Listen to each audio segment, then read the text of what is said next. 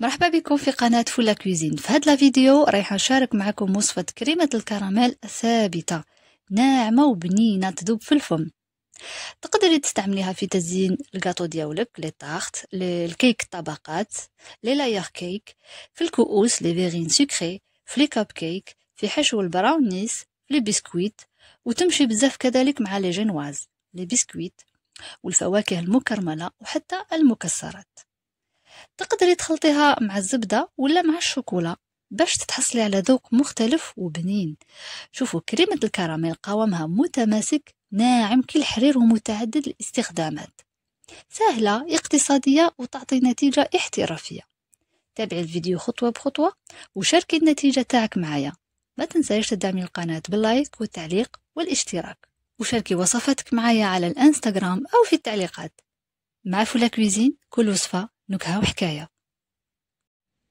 نبداو بالمقادير. عندي 500 غرام حليب، 250 غرام كريمة سائلة، 55 غرام نشا و300 غرام سكر.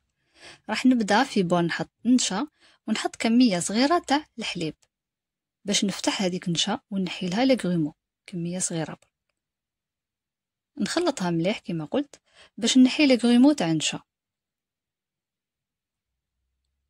هكذا ونخليها بجيه. من جهة أخرى نروح نجيب كاسرونة لو فون تاعها يكون ثقيل شوية ونحط فيها السكر ديالي ونحطو على نار هادئة، يعني أقل من المتوسط إلى هادئة، وما نتوشيش ني بالمغرفة ني بحتى حاجة، نخليها حتى يبدا يتكرمل هكا بشوية شوية على الأطراف. من بعد نبدا نوزع فيه هكذا بالكاسرونة ونخليه على نار هادئة. من بعد نجيب مغرفة تاع الحطب ونخلطو مليح باش ما يتحرقليش هذاك الكراميل اللي داب، وباش كاع حبيبات تاع السكر رايحين يتكرملوا يعني في نفس الوقت.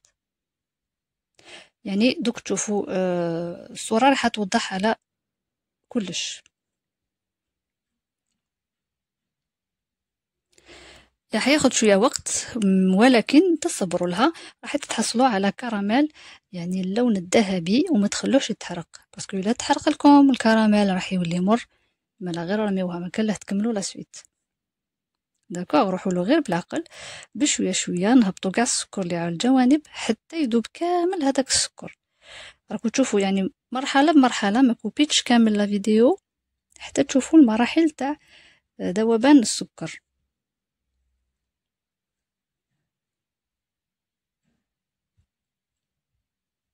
فوالا دوك نزيد تبان لكم مرحله اخرى وين نداب فيها شويه السكر مليح. فوالا شوفوا هذاك اللون الذهبي يعني تاع الكراميل يجي شباب.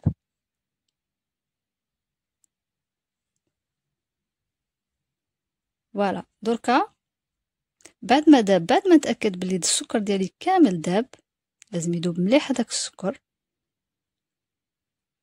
نروح نجيب كما قلت نروح نجيب الحليب ونفرغ هكا بشويه شويه وبالكوا لانه راح يطير وممكن بعد الشر يقيسكم. نروحوا نفرغوا غير بشويه شويه راح تشوفوا بلي السكر هذاك راح يعاود يتكرمل يتحجر كامل نورمال، حاجه عاديه. نتوما كملوا خلطوا خلطوا خلطوا حتى يذوب كامل. شوفوا المرحله هذه راح تدي لكم شويه وقت بصح يخرج لكم كراميل يعني كيما لازم الحال. كملوا خلطوا ما تحبسوش على الخلاط والنار تكون هادئه يعني اقل من المتوسط حتى يذوب كامل هذيك الحجره تاع الكراميل هذيك كامل تعاود تذوب. ودوك تشوفوا يعني كامل المراحل.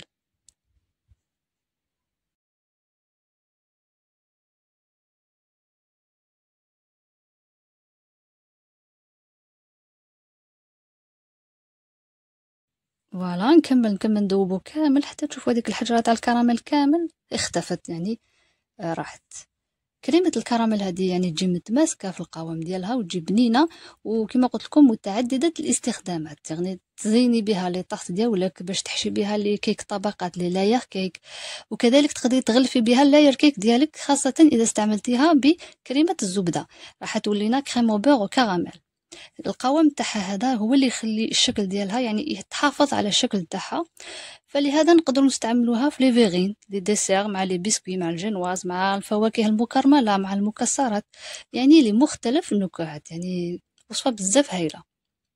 دوكا نروح نجيب هذاك الحليب والنشا اللي كنت وجدته من قبل ونفرغوا على الكراميل ديالي اللي كان داب تماما كما شفتوا.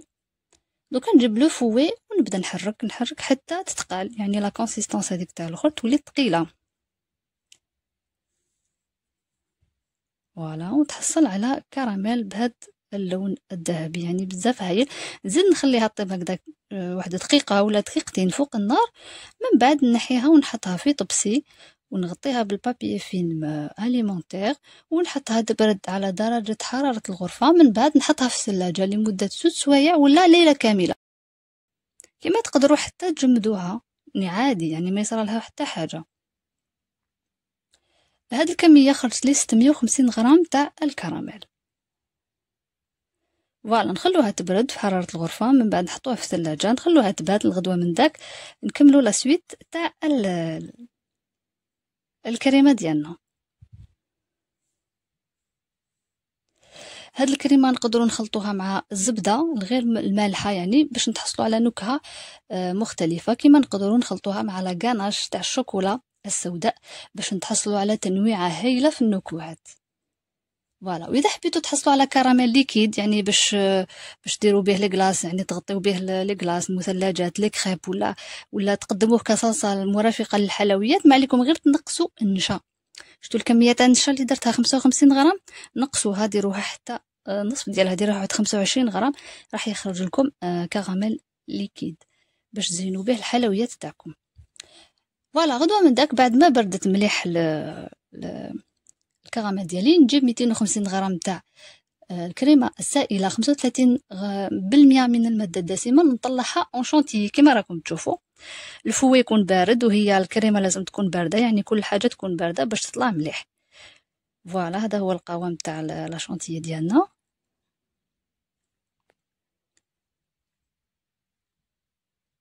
دوكا نجيب الكراميل ديالي بعد ما برد لي مليح كما راكم تشوفوا، يبان شغل راهو جامد. دوك نفتحو كامل بالمغرفه ونروح نعطيلو خبطه ولا زوج هكذا ضربات تاع الباتور باش يعاود يولي. شوفوا هكذا مع الاول ديبي بالكم شغل فسد، لا ما فسدش. اقعدوا خلطوا حتى يولي القوام ديالو كريمي. دوك تشوفوا يعاود يولي الكراميل كريمي. فوالا كما راكم تشاهدوا.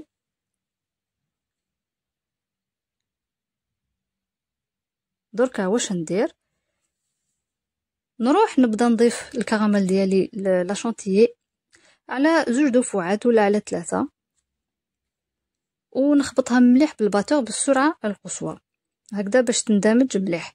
وكما قلت لكم تقدروا تستعملوا في بلاصه لا شونتيي تقدروا تستعملوا زبده تخرج لكم كراميل بيغ كراميل، ولا ديروا لا غاناش شوكولا نوار تتماشى مليح معاها. من ابرز مميزات هذه الكريمه انها اقتصاديه وسهله التحضير. نروحو نشوفوا الاستعمالات ديالها ولا النكهات تاعها، يعني لي سافور مع من تتماشى هاد الكريمه. تقدر مع نكهات كلاسيكيه، تقدر تكون عندها نكهه كلاسيكيه كما قلنا شوكولا سوداء باش توازن الحلاوه تاع الكراميل، ولا لافاني باش تعزز الطعم الناعم ديالها، ولا القهوه باش يعطينا المزيج هذاك الراقي. تقدروا نمزجوها مع البندق، مع البخاليني، مع اللوز، مع الجوز اللي لازم يتحمصوا بيان سور باش يعطينا القوام المقرمش. اما بالنسبه للفواكه، هنا عندنا التفاح، عندنا البنان، عندنا الفواكه المجففه كما التمر الزبيب، وعندنا كذلك الايجاس لابواغ يمشي معاه بيان. اما النكهات الخفيفه كاين واحد النكهات خفيفه نقدروا نزيدوها لها كما ملح البحر اللي يكسر الحلاوه تاع الكراميل ويبرز النكهه ديالو. عندنا كذلك القرفه، الهيل، ولا جوز الطيب، قشور تاع البرتقال والليمون يعني لزست اللي حيعطينا لمسه منعشه وحيويه. فوالا، شوفوا القوام تاع الكريمه ديالي كيفاش خرج، قوام حرير ناعم هايله، قوامها متماسك. تستعملوها في لي غاتو ديالكم، في الحلويات، في لي لاير كيك، في الكاب كيك، يعني في الحشوات. وكما قلت لكم لا درتوها بكريمه الزبده تقدروا تغلفوا بها اللاير كيك ديالكم. المهم ديروا بها واش حبيتوا. اذا عجبتكم الوصفه ما تنسونيش ابوني جام. سلام.